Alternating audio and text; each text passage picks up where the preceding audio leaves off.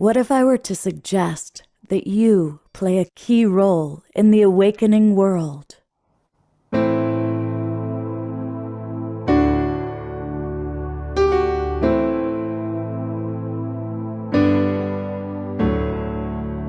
that you are watching this because you have heard the call.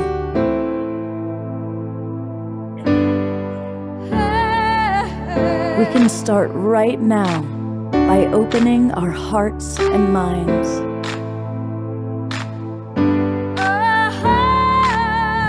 Welcome to the awakening world.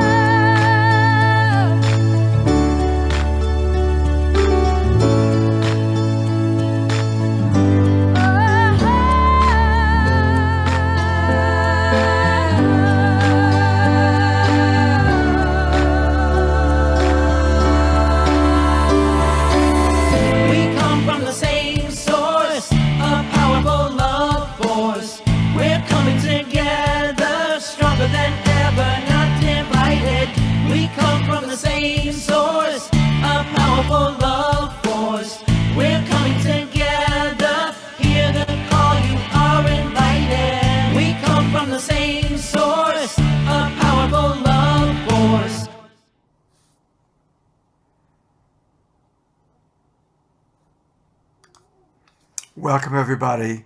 It is the Saturday night edition of The Awakening World.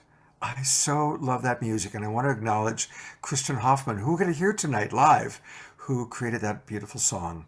Thank you, Alan and Son, for the editing. And welcome to The Awakening World. And tonight's theme is modern-day mystics dancing with the divine. And the theme was inspired by a wonderful new book written by Sister Jenna, who is my co-host. And it's a beautiful, beautiful book. And we're going to be hearing not only from Sister Jenna, but several of the people that contributed to this book are joining us tonight. What's also exciting about this weekend's shows is that we have, between last night, tonight, and tomorrow morning, people coming to us live from 8 different countries: Australia, Canada, Egypt, India, throughout the United States, Australia, and South America and Costa Rica. 8 different countries, and the people joining us are from very diverse cultures and backgrounds, helping us to understand, what does it really mean to be a modern-day mystic? How can we dance with the divine? And I want to suggest that each and every one of you watching, whether you're watching in our Zoom room, watching on Facebook, or those of you watching this recording, you are a modern-day mystic. You do have an opportunity to dance with the divine, and some of you have a very cultivated way of doing it, and hopefully maybe some of you will be inspired by tonight's show. And so with no further ado, I am so honored, coming to us all the way from India, this is Sister Jenna. Om Shanti. Sister Jenna, give me a moment to just tell people who don't know who you are. I know a lot of people do. You've been on our show a couple times now, but for anybody who is seeing this exquisite being for the first time, Sister Dr. Jenna is an acclaimed and very trusted spiritual mentor. She's committed to bridging the divides in societies and building relationships between global influencers. Boy, that is so important now. And anybody watching this, you are part of the Global Peace Tribe. You are an influencer. And so her wisdom, her medicine, her book is going to be very valuable for you. She's been a recipient of the President's Lifetime National Community Service Award. She's a member of the Evolutionary Leaders, and she is a most beloved guide for us all. Welcome, Sister Jenna. Thank you, Scott. You're too kind. And can I tell you, this is so timely to be having a party on Saturday night, dancing with God. I mean, only you would do that. Well, thank you. Share with us a little bit who we're going to have. And what I'll do is I'll pull people up on camera, and you can just tell us a little bit about each one of them. And I think let's start with our beloved mutual friend, Kristen Hoffman. Kristen Hoffman, I've adopted over the years. There's something about when we come together, the divine comes through her in ways that are indescribable with words. It's just so sacred and pure. So I'm looking forward to our time with her. And her musical geniusness is just innate. She didn't have to go to Juilliard to learn music. She is music. And Yes. I'm so happy that she's with us today. Great. Sister Waddy, who has known me the longest of my tribe in the Brahma Kumaris community, she's located in Miami, Florida, has been a person that I go to when I just can't figure me out.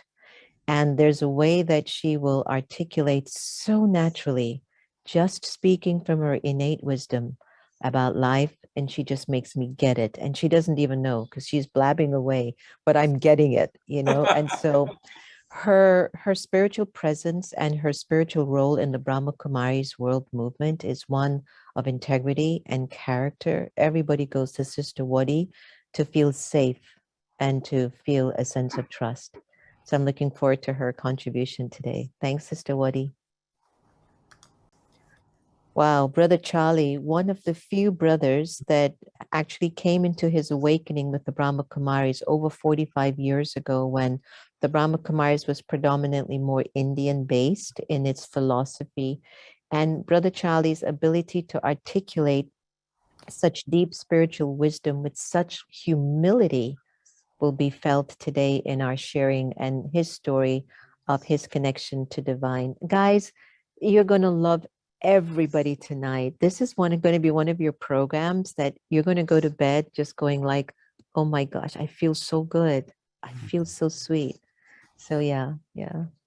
And coming all the way from Egypt a little bit later tonight. Sister Aruna, this is one of my buddies. I mean, she's fashion oriented. She loves to look good. I love her. But Aruna is genuine, real, doing a lot of unlimited bestowing of service in the Middle East. And I think what I love the most about her too, again, is the ability to articulate spiritual wisdom in a way that you can receive it at a heart and head level. So whenever we can do that, there's a balance. So Aruna has a beautiful way and a beautiful fragrance in conveying God's message. I love that about her. Beautiful. Right. Well, you know, Sister Jenna, we always like to start our shows with something very upbeat. And there's nothing to get a show started more dynamic than, I mean, that's why I start every show with Christian's song in the Awakening World.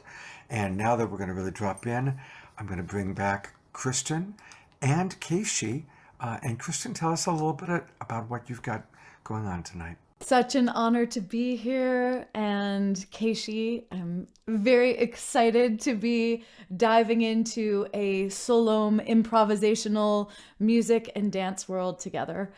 We are going to literally open ourselves and call in divine and see what emerges. This piece has never been played or danced. It's going to be exactly what wants to come through now. So for all of you who are watching and listening, I just want to invite each and every one of you to think of yourself as a co-creator in this piece. Send your intention into the field, and Keishi and I will be the vessels that receive our collective vibration.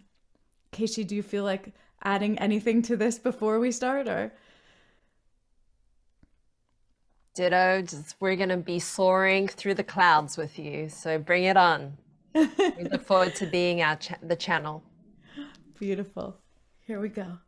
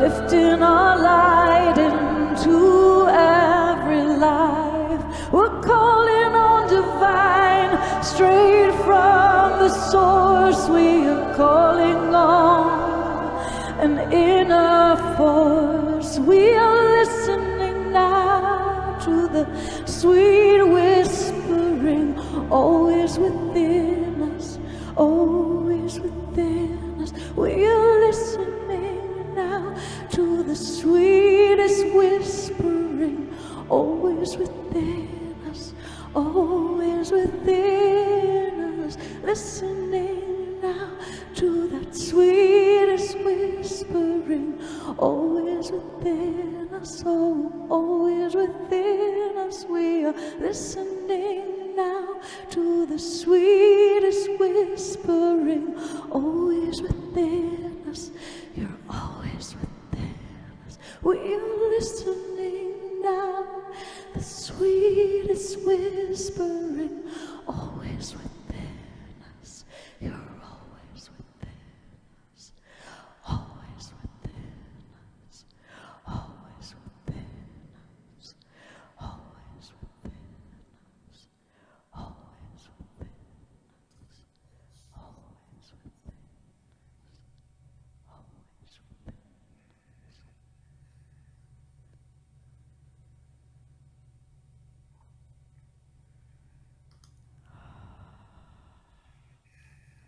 Take a deep inhale and feel yourself inhaling in that mystical divine that is everywhere.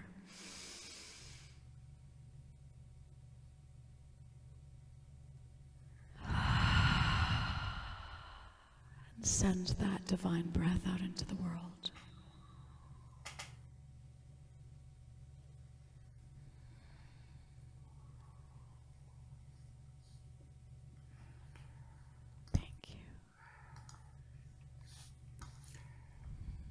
I'm noticing that both Sister Jenna and I are like wiping the tears from our eyes. That was incredible, as you'll see in all the comments.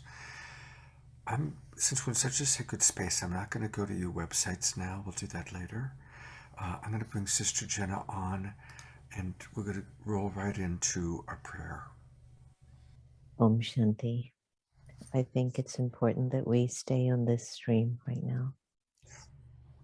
As Scott and I call you into prayer, meditation, and intimacy in calling the energy of God's light into our space, into within, inside. It's always within you. It's the energy of God's love is always within us. And let us sit here together as a collective energy of souls, allowing the vibration of God's love and peace to well up inside of us and spread far and wide, especially to our brothers in Russia and Ukraine. May those soldiers feel Baba's light, and may the leaders have a moment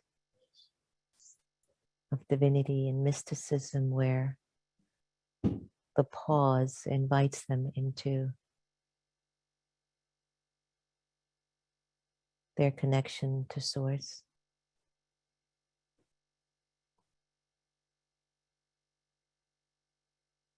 The energy of God's light and love pulls them up and out of the trenches of violence and greed,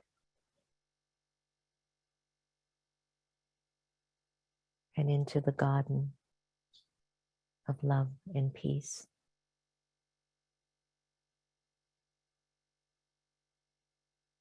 Let us hold this moment of silence.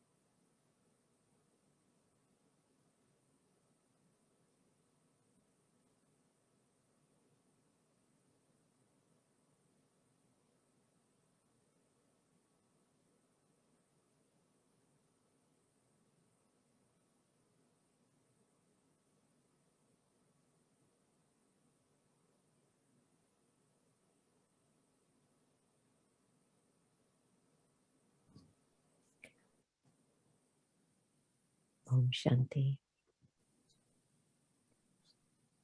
Our invitation of this space doesn't stop here, but can we invite you to pause every hour in the hour for this same blessing and offering to our brothers and sisters. In our Brahma Kumaris community, we call it traffic control. And I know with all my heart that if we mentally commit to pausing every hour to be in service from the mind and to give pure feelings and good wishes to our brothers that are right now without the connection, the remembrance of the flame, someone will be touched, and that person will touch another and touch another. And before you know it, they'll put guns down for wings. So thank you, Scott. Thank you so much, Sister Jenna. And thank you, Kristen and Keishi, for just an exquisite, extraordinary, beautiful, beyond words. Yeah. We will continue the prayer. We're going to dedicate the after show to prayer. And Sister Jenna, I believe that it's time for you to introduce Sister Veronica. Yes, yes. So everyone that's on and watching today, you've come into this zone by lieu of the book, Mystical Experiences with the Divine, the meditation book that we released on the 2nd of February. And one of the co-authors is someone that has known me from I was an extremely young woman, I think in my teenage years. And she's watched me here and here and here. And she's continued to give guidance as a result of what she sees over there, the future of the soul. So when she offered her story to the book, it was entitled Doubting Thomas. And it was interesting because we've all heard of this, this phrase being coined about a doubting Thomas. And it was interesting, and I'm going to let her share her story, that her connection to God was direct, personal, but the fact that something awakened in her more with Brahma Baba, who was the instrument that brought to life the movement of the Brahma Kumaris, but the fact that she somehow started to connect the two, that there was God's energy, definitely for the whole world, and there was this man. And there was something about his eyes and his presence. And I think I'd like to invite her to share about that awakening that happened to her in her Doubting Thomas stage, but her contribution that she made in the book. Welcome, Sister Waddy. Thank you so much, Jenna. First, I just have to acknowledge Kristen and Janai. The singing, it absolutely fills my chest. She did speak about the heart, but it felt like as if my whole chest was just filled with the beauty of your voice, that gift that you have from God. One of the reasons, no doubt, that God loves you, but the gift that you give to us. And then at the end of it, what you brought to the silence that came at the end and then was continued by Sister Jenna was magnificent, just magnificent. Thank you.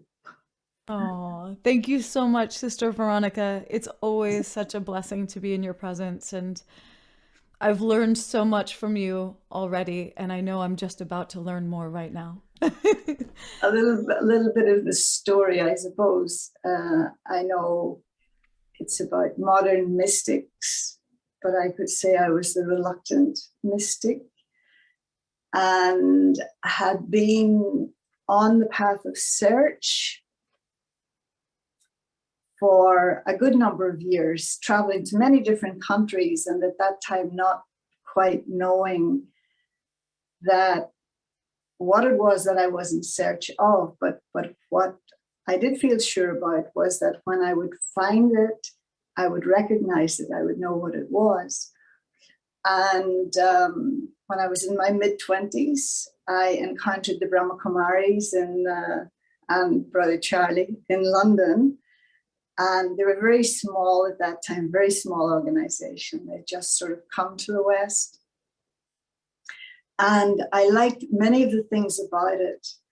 And I already intuitively knew that what I was looking for could not involve prayer or chanting or mantras. This the soul knew. I also felt that I would never join an organization. I was not a joiner by nature. I would never end up wearing a uniform. That was how I saw it, that if I aligned myself with one organization or one system of a worldview, then I would be ignoring or renouncing all the possibilities from somewhere else. And so when I first went to the headquarters after a few months, I was going to check them out, this sweet arrogance that I was going to check them out. And it was whilst I was there that I had the experience that I shared in the book. And it wasn't that I first believed what they were telling me. I did not. I know I liked them. I knew I liked them. And I liked basically the things that they were saying. But again, there was limitations to my understanding. I loved the energy, the vibration. And in this particular meditation, it was as if my world just turned around, turned upside down. And I know that the limitations of my own imagination could never have taken me into the experience that I had at that moment.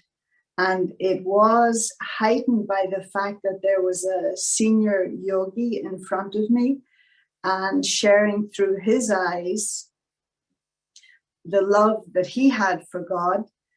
And then all of a sudden, it was like this light was coming into my forehead.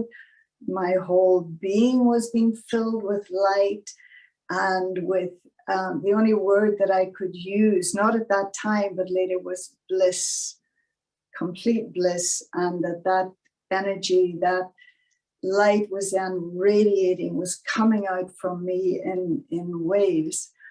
And I really felt afterwards that it was like God, that whom I was beginning to know a little bit about, was telling me, okay, Miss Doubting Thomas, there's no other way you're going to get it, that you're a little bit perhaps dense or argumentative, and that there's only, this is like the last ditch attempt to show you. And it was complete light, bliss, love, everything else. And so I went from, at one moment, checking out the Brahma Kumaris, almost like as if I was honoring them with my company, to complete life change, and where I accepted that this was home for me. And I do believe that everyone has a home, a place, a practice that is absolutely right and fitting for them. And before going to India, I didn't pay much attention to the founder of the Brahma Kumaris. I liked the fact that, as I say, there was no ritual. There didn't seem to be any dogma. But again, the idea of a human being. But when I went to India, it was like, again, a change in that I was able to understand better who he was. And it was because, I think, of his complete humility that it almost made him appear ordinary. And then the realization that his ordinariness made him extraordinary, and that he was such an instrument for God that he never, ever even referred to himself as a teacher, let alone a guru. And what used to happen then for me, or the difference that I would see, as Jenna had asked me about my relationship with the founder, who at that time had been dead already for 7 years. But as I listened to what I now understand to be God's teaching, God is very specific in that it is about hear me, listen only to me, and remember only me. And almost like an order for, that ultimate purification, if that's what you want. But this man, Brahma Baba, in his subtle form, his angelic, his form of light, he used to come to me. I mean, practically where by the side of my bed or in my meditations, he never ever asked for anything. He didn't demand anything, but all he did was give love. And so even though he's an elderly man, he was an elderly man with a mustache, my experience of him has been almost more like a mother. And coincidentally, a year ago, my own mother passed. And the day after she was buried in Ireland was the anniversary of Brahma Baba's passing as well. And that next day, the whole meditation, the experience of that one as being like the feminine energy manifest from God through him, so that I could experience the parental side of God, both as the mother and as the father. And so, yes, that would be the one human being that it has shown me God in many ways, or God has been revealed through him in order for me to understand and experience it. Oh, it's so beautiful. It's so beautiful. It's funny because I'm remembering how also there is an energy of Brahma Baba's eyes, that he has a way of just showing up to just keep you in line. Whenever I was about to get into the naughty, Brahma Baba's eyes would just show up with this compassion and love and just, you're bigger than that, you know? And I'd just be like... I remember you telling this story, Jenna, when your parents were involved with the Brahma Kumaris and you were that naughty teenager, and his picture on the wall and your experience with it. Yeah, that you couldn't hide from his eyes. Yeah. I couldn't. His eyes were my conscience. And at that time, my conscience was troublesome. And what did I know about the depths of principles and values?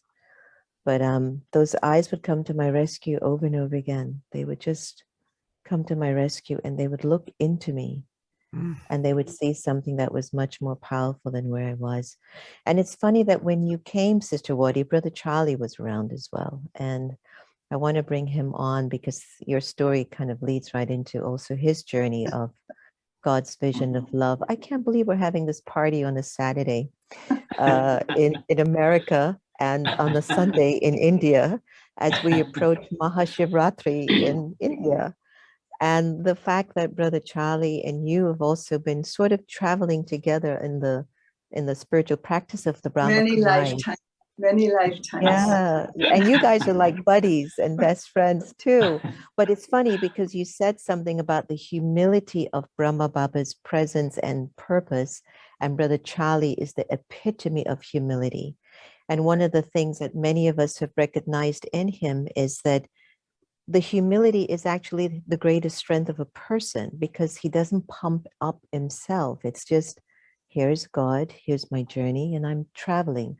And yet he's in charge of the large region of Asia and even the very big voice in the Brahma Kumari and Kumaris movement. And I welcome Brother Charlie all the way from New Delhi. He's in New Delhi. I'm in Rajasthan. Thank you so much, Jenna. It's so lovely to be with you. And we're both in India, but a few hundred kilometers apart at the moment. Brother Charlie, your contribution in the book is a little bit similar to Sister Waddy, where you're searching, but that search just didn't hit you at that moment of your awakening. And we're with Scott's beautiful global peace tribers, who are all the awakening ones. We're awakening. What was that moment of awakening? What was that recognition that woke you up? First of all, just, hi, Scott, and hi, everybody. It's so lovely to be with you. And it's a very warm vibe when I connected much earlier, very lovely and very warm. I'm probably like all of us here, because from a young age, I was such a searcher type. And just at the age of 20, I wandered all over the world. And right throughout my part of the world, Southeast Asia, India, the Middle East, Europe, Africa. And I lived in religious communities everywhere with Muslims and Sikhs and Hindus and Buddhists and Taoists, and dived into the Ganges, did the whole bit. But I think my whole question in this, this amazing spiritual practice is, I heard lovely things everywhere and I really was touched, but I wanted to experience, I wanted to somehow really experience God in a real way, a tangible way, not a sort of esoteric or philosophical way. And, after all this wandering, I settled in London. I was living in London at the time. And I did meet Sister Genti and Daddy Janki. And I think one of the most incredible things about the Brahma Kumaris is that it's run by women, and that creates such an incredibly different atmosphere in an organization, a community. It's so family-like. And I could see on their faces that they were experiencing it just wasn't more sort of philosophy and ideas, and that really attracted me. And I went along and I began to, do a few sessions and lessons and so on. And one day I was really trying to connect the eternal soul, with the eternal form of light, with God. And that pilgrimage, the inner pilgrimage to, the one, so to speak. And this was sort of the image I was holding in my mind. And it was amazing. And suddenly it's like the connection happened. And I just felt I was live streaming a purity of love that I've never tasted anywhere else. It was just extraordinary. And that energy of love just triggered something within me. I can only say it was sort of somehow my self-value was restored. That lost self-value that we seem to search for all our lives, feeling really comfortable about myself, not trying to be an image, and I felt just restored somehow. And I can remember the thought that just came to mind was, I've come home. This is where I belong. And it wasn't to an organization, and it wasn't to any of that. It was just to the divine, to God. I've come home. And I realized that's what I'd been searching for. Even though I was still fairly young at the time, I'd been searching for the connection which sparked my sense of self-value or my sense of self-respect that I'd lost somewhere along the way. Oh, it's so beautiful. I'm reminded of when my parents used to have that picture, Brother Charlie, of the light, of God's light in our home. And looking at my mother and just the tremendous amount of trauma that she had endured as a child, I remembered what her struggles were. But I remembered when that light went up in our house. And within 6 months, Charlie, there was an aura of light around my mom. And I just remembered how obvious her transformation was at a soul level. It was invisible, but it became so visible to me just looking in and seeing her fragrance changing in front of my eyes. And this energy of God's light and the divinity of light making us into these mystics is profound. What, when we talk about the love and the peace, it's like every day, definitely. But can you share, like in just a few sentences, the transformation that occurs as a result of the reawakening of that connection to that light? I suppose, Jenna, my practice now, which sort of keeps me in the zone of self-transformation, is what I would call remembrance. And what I've begun to observe in myself is that, that part of your consciousness, the soul, the intellect, the intellect's always traveling and connecting with a memory, a person, a situation. And what I've observed, whatever I connect with in that millisecond, it's instant, I'm influenced by it. And then I download a vibe into my mind. So if I remember someone I love, I download this really sweet vibe. But I connect with someone I'm going through some conflict with. The instant I touch, I'm influenced and I download a different vibe. And in a way, what I've been trying to do, especially recently, is really be present in this world, present with everybody, but keep the subtle thread with the divine. And I find that unbelievably, like in a moment, my attitude transforms. The old thoughts might be someone in front, oh, you're doing this again. They're saying, the old sort of feelings you have about people. But when the subtle thread is under the influence of the divine rather than my old self, I find my attitude instantly changes and shifts. Because I find that when I feel benevolent, I'm in the right space. I feel like that's who I am. When I find I'm really not in that space and, falling back into the old critical vibe about everyone and everything, I just that's not who I am anymore. I want to be in that benevolent space. So really, I try to remember, which means that instant, in a millisecond, I connect, I'm influenced, and I live stream that vibe into my mind. And I'm starting to feel that's all we really have to do these days. And the real service of life is to just keep the vibe, keep that elevated vibe happening wherever I am, whoever I'm with. That, that purity of vibration that it's like a perfume that sort of permeates an atmosphere.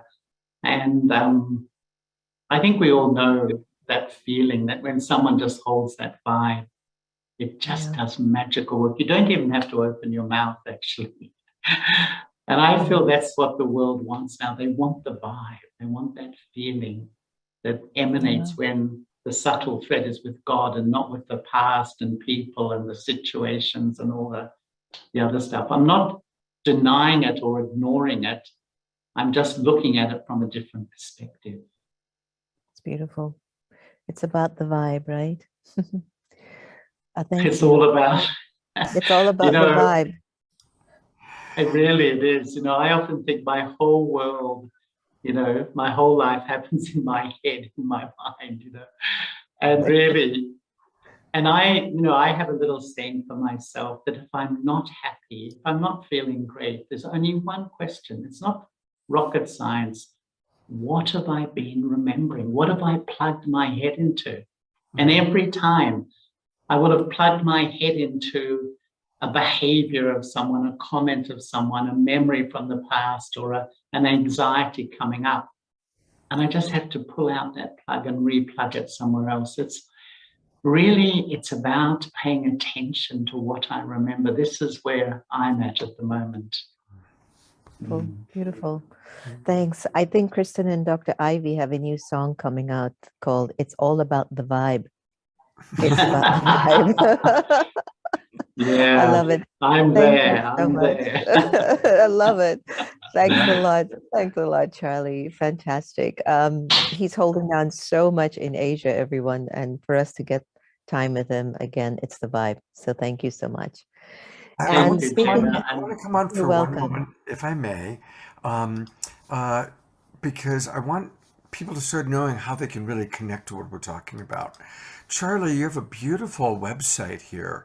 Um, I'm going to spell it for people. It's BRAHMAKUMARIS, brahmakumaris.org. And just tell us a little bit about some of the ways that people can get support by coming to you or coming to this website, please. thank you so much, Scott. Actually, the website is the international website of the Brahma Kumaris, and they have details of centers in about 130 countries of the world, some countries, numerous centers. And on the website, you can meet the sisters who are the leaders of the Brahma Kumaris, and you can see the map there that just, you can click on a country and it will just take you straight to where you can go. And what the Brahma Kumaris just offer, you know, we do have a website in 9 centers in Ukraine. And actually, the person who runs them wrote to me just this morning, telling me that, you know, chaos all around, and they're meditating in bomb shelters and things like that at the moment, but they're meeting people in the bomb shelters and talking about the things we're talking about, and their spirits are quite incredible. But yeah, that website also has messages from the sisters who head up the Brahma Kumaris, and there's numerous sort of talks and meditation practices, and you can even do a meditation course online as well. Beautiful. Thank you so much. It's really an honor to meet you, sir. And thank you Yeah, for no, Scott, it's so delightful to meet you, and I hope to meet you in the flesh one day too. I would like that very much. I would like that very much. So hold that. We're all looking forward to shifting from online to in person. Absolutely. Yeah. Absolutely. Thank you, Yeah. Charlie. Thank you so much, Scott. Thank you, everybody. It's been a delight. I also just Thank want to you. let people know again the book we're talking about that Charlie and Sister Veronica contributed to, along with Jean Houston. You've seen her on my shows. It's called Meditation Intimate Experiences with the Divine Through Contemplative Practices. And this is the inspiration for tonight. And I want to again just remind everybody, please, let's go get that book. And it's really easy. You can just go to Amazon and pull it up. I also want to remind some people, because we had a lot of people join us in the last 20 minutes, that we're encouraging everyone, whether you're watching on Facebook or if you're in our Zoom room, to share your stories of the divine, some of your mystical experiences. Christy Michaels, kind of in the earlier part of our show, talked about when she was 10 years old, she asked God to show her diamonds as a way of feeling special. And she put that in the chat box. And then after that, she was going through the website, I guess, of Sister Jenna, and pulled to the wheel and got diamonds. So there you have it. The miracles are happening. And I'm going to read just one person's example, just to acknowledge and get us all feeling safe to share some of our moments. So I'm going to read what Susan wrote. She wrote, yes to ongoing prayer, all waking hours. And by the way, Sister Jenna called for us to commit to every hour stopping for prayer. So we will do that on tonight's show. And I want to acknowledge how many of our readers and listeners have said, yes, I'm committed to that. Susan continues, I already sense a world shift.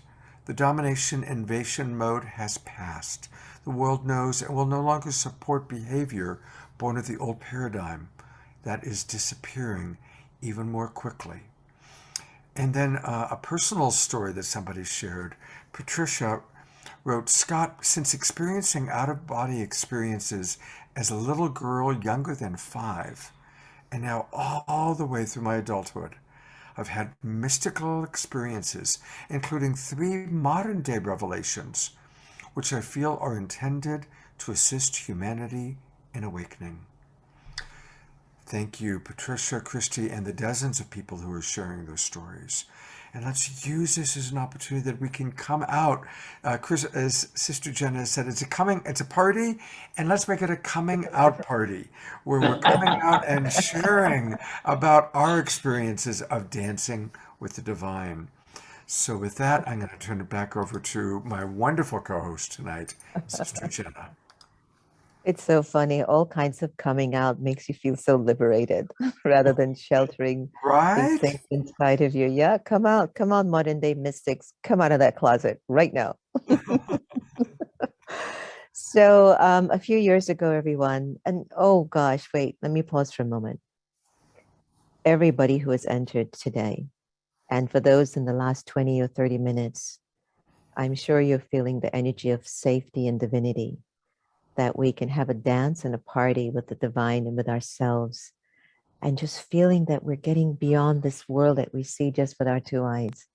And today is all about living with the world behind our eyes and amplifying our existence. What Brother Charlie said, to be just very present, be very present. So a few years ago, when I was hosting American Meditating Radio, I met upon the amazing Dr. Ivy Hilton, who's now also known as Shadia. Ivy and I became very good friends immediately, and her gift of her voice and her presence continues to be a contribution in every door she walks in. The moment Ivy walks in a door, you notice. You don't notice her. And we're going to turn back over to Sister Jenna. So I'd like us to take this moment to deepen the experience now that Keishi has reminded us of the sacredness of having a body. To have a body and to be sacred up here must be the greatest gift. So this video entitled Man Mana Bhav, it's in Sanskrit, it means be mine with your mind. Let my mind feel the energy of God's light. So let's sink into this experience for a few minutes, and then we'll come back and continue the rest of our night.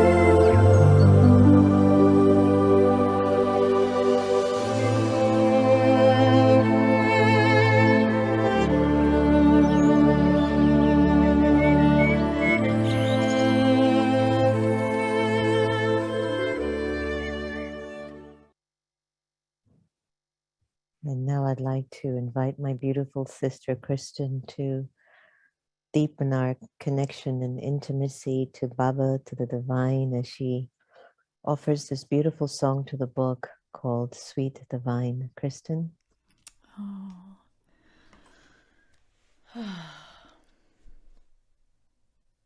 Such a beautiful joy to share this song, Sweet Divine. I have to put my headset on. I forgot. Okay. So this song is all about getting quiet and listening, and in that space, having this sweet conversation with Divine.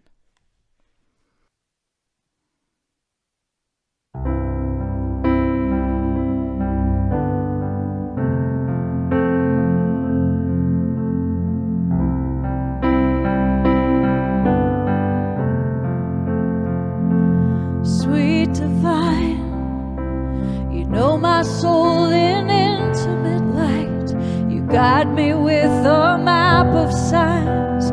Let me know that it's all right.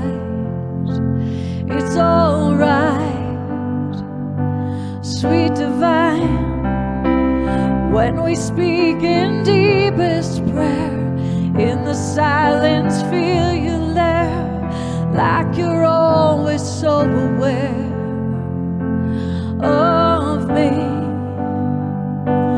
In these conversations, you help me see the way.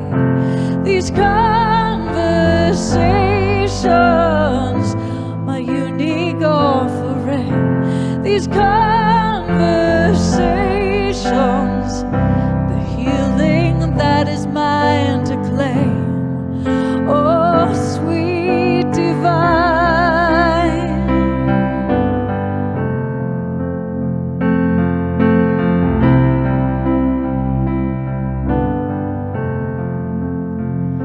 Sweet Divine, in your gaze I'm never alone. You lead me back to heart and home. Help me hear the truest tone of who I am. Sweet Divine, even when I'm living asleep, forgotten how to listen deep, you find a way to sing to me through the night. In these conversations, you help me see the way. These conversations, my unique offering. These conversations, the healing that is mine to claim. Oh, sweet Divine, sweet Divine.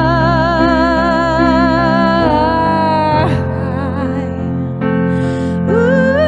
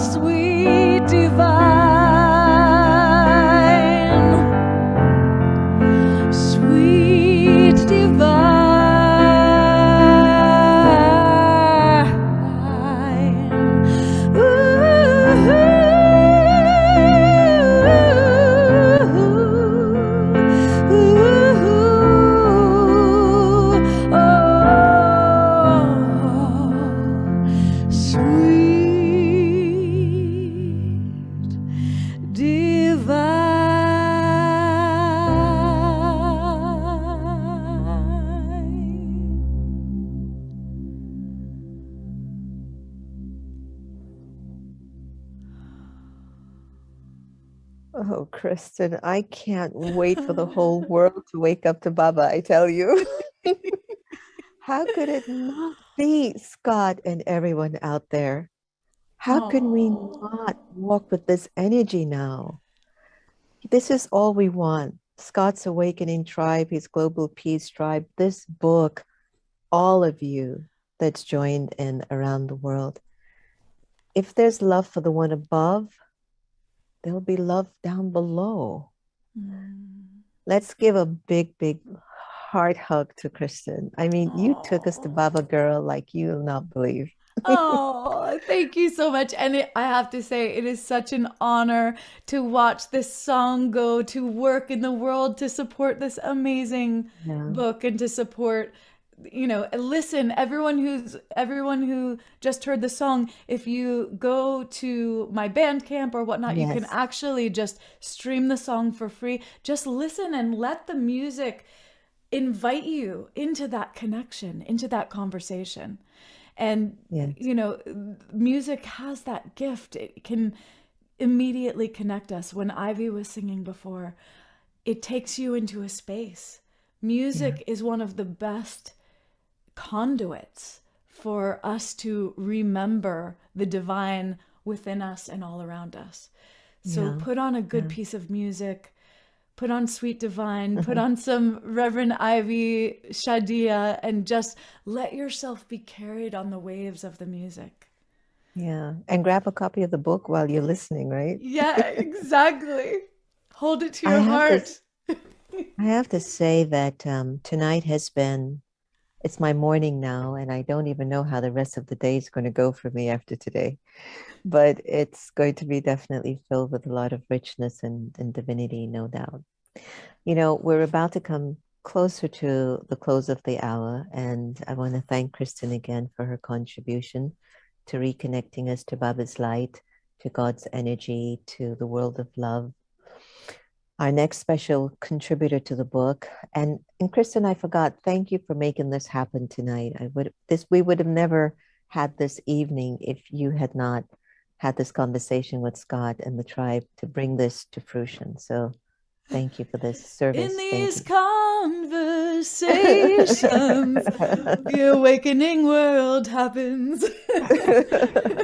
Exactly.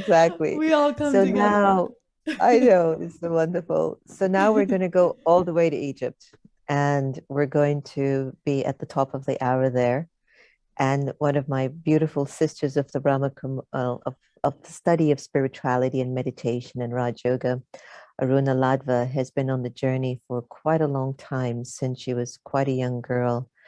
And her contribution in the book is very fitting to the theme of of tonight's talking, Dancing with the Flame.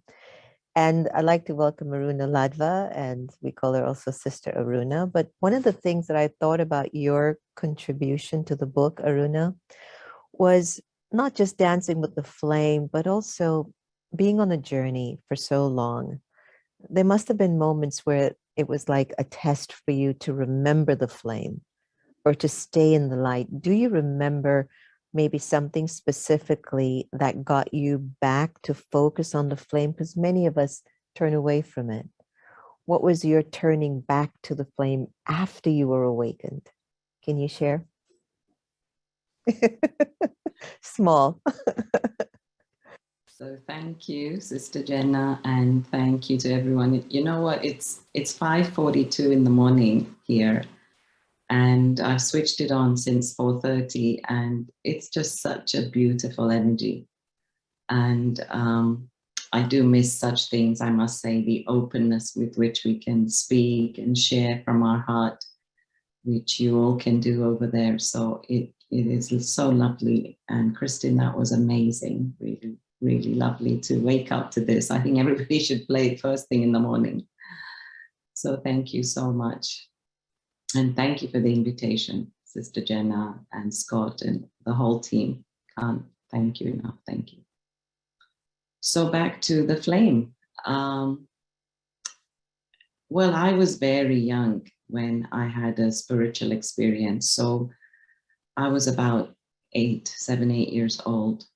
And in a way, I've been growing physically, and I've been growing in spirituality or with spirituality.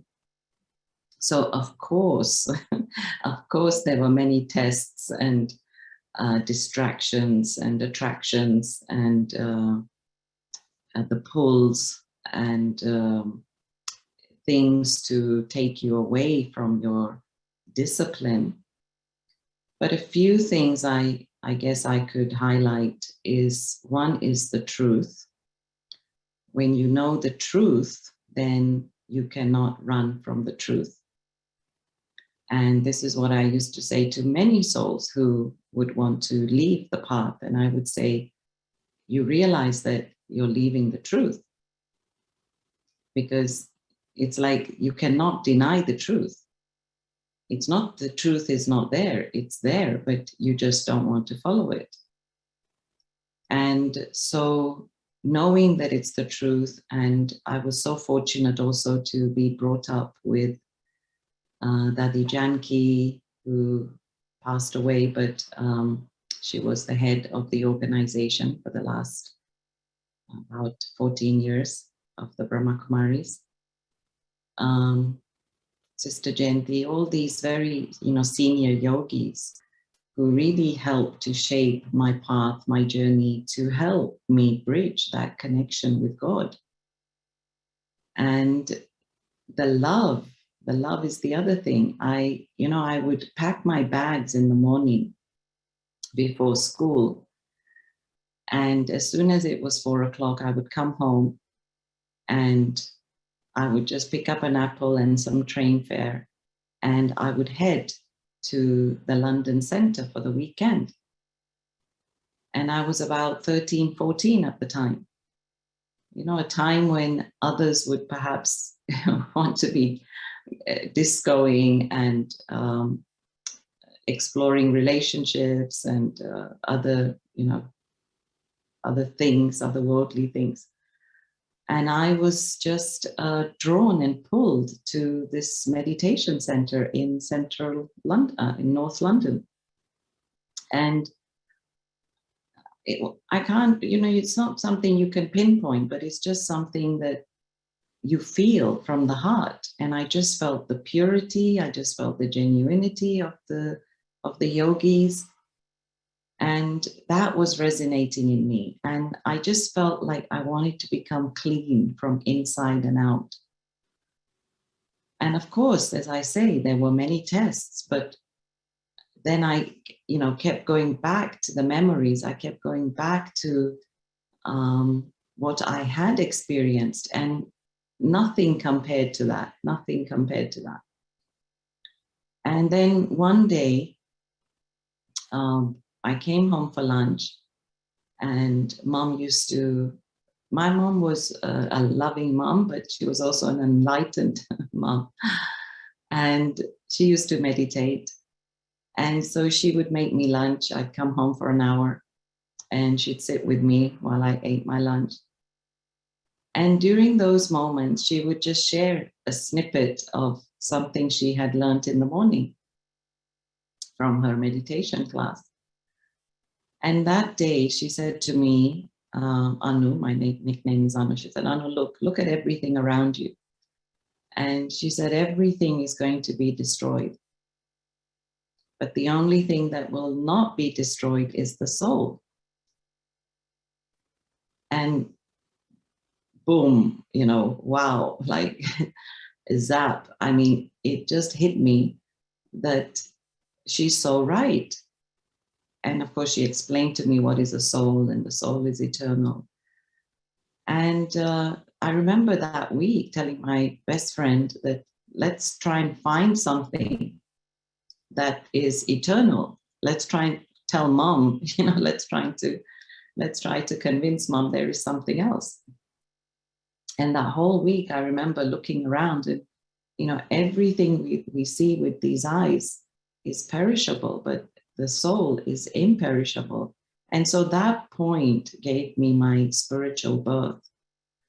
And so that's like, Jenna, that's like another truth. I cannot run from that truth, that I need to focus. I need to give attention to that which is imperishable and not that which is perishable. So yeah, this is what keeps pulling me back to the connection with God or Baba, as we say. And that's another beautiful thing. I mean, I'm actually based in Kuwait, but I'm in Egypt now, setting up the center. And I've just had such lovely experiences. It's like I put the question out to Baba and he's responding. He's responding, or he's guiding, or there's a thought, call this one, or and it's lovely. It's amazing. It's amazing. So of course I'm not alone. I have help from above. And I think, yeah, just try it. Those who haven't tried it, put out your question and see what it is that, he wants to tell you. And of course, yesterday we had a special day where the whole community of the Brahma Kumaris were trying to meditate for 8 hours, sitting down meditation, actual meditation. So I could manage it in the morning, and I had other appointments in the afternoon. But again, I just felt, I was up from 3 a.m. and I just felt like it was amazing. It was amazing just being here and experiencing the silence. So yeah, love this journey. Thank you so much, Aruna. It's beautiful to be dancing with you in the flame, and it's so true. Truth is, I remembered once somebody had come to us. We were in New York, and it was somebody who was just a little bit naughty, and they were going, "You guys say the same thing in your teachings all the time." But I remembered something Sister Mahini said, and she's the head of the Brahma, additional joint administrational head of the BKs. She said, yeah, we always say the same thing, but truth never changes. But when you hear truth, it will change you. That was so powerful. And so when we keep hearing the truth about, I can't be destroyed, so let me create the best experiences in my head. And if for whatever reason something slipped in that wasn't very tasteful for the spirit, then let me just be connected to Source, to Baba, to Allah, God, Jehovah, and not if I'm in trouble. I don't go to God if I'm in trouble. I go to God because I like God. And it's my BFF. It's my go-to. And I think when we get those tests and it tries to distract us from the flame, because we have a relationship, then it's always there. So thank you for reminding us of what is true, and whatever other struggles that it's a part of the journey, and the soul always goes back to truth. Thank you. And never to forget that taste of love, pure unconditional love. Yeah. Sometimes I will ask or tell my friends, if you're struggling with your connection to Baba, just ask, what does love want of me right now? And automatically the soul would just connect to Source, and you'll know the answer.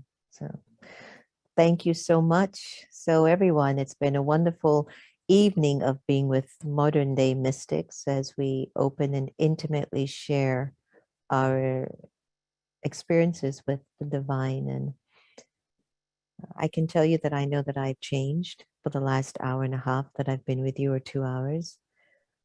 I've changed because what Aruna said, truth, it lasts forever. And the more you hear truth, it will just keep making you a better version of yourself. So it's been a blessing to be with each and every one of you tonight. And I'll have to say that this was definitely a mystical experience. And I'm happy that modern day mystics are coming out of the closet and are becoming more and more apparent on the planet. And definitely through stories, we'll learn a lot about each other. Scott and Kristen, thank you for being up to so much good in the world and making us come together more in the we consciousness, and for loving light, and for loving the light, and for embracing the light within you that you see in others. So as we say in India, namaste. And we thank you so much for your service, your intuition, faith, and trust. So thank you so much. Om Shanti. Shanti. Thank Om you, Sister Shanti. Jenna.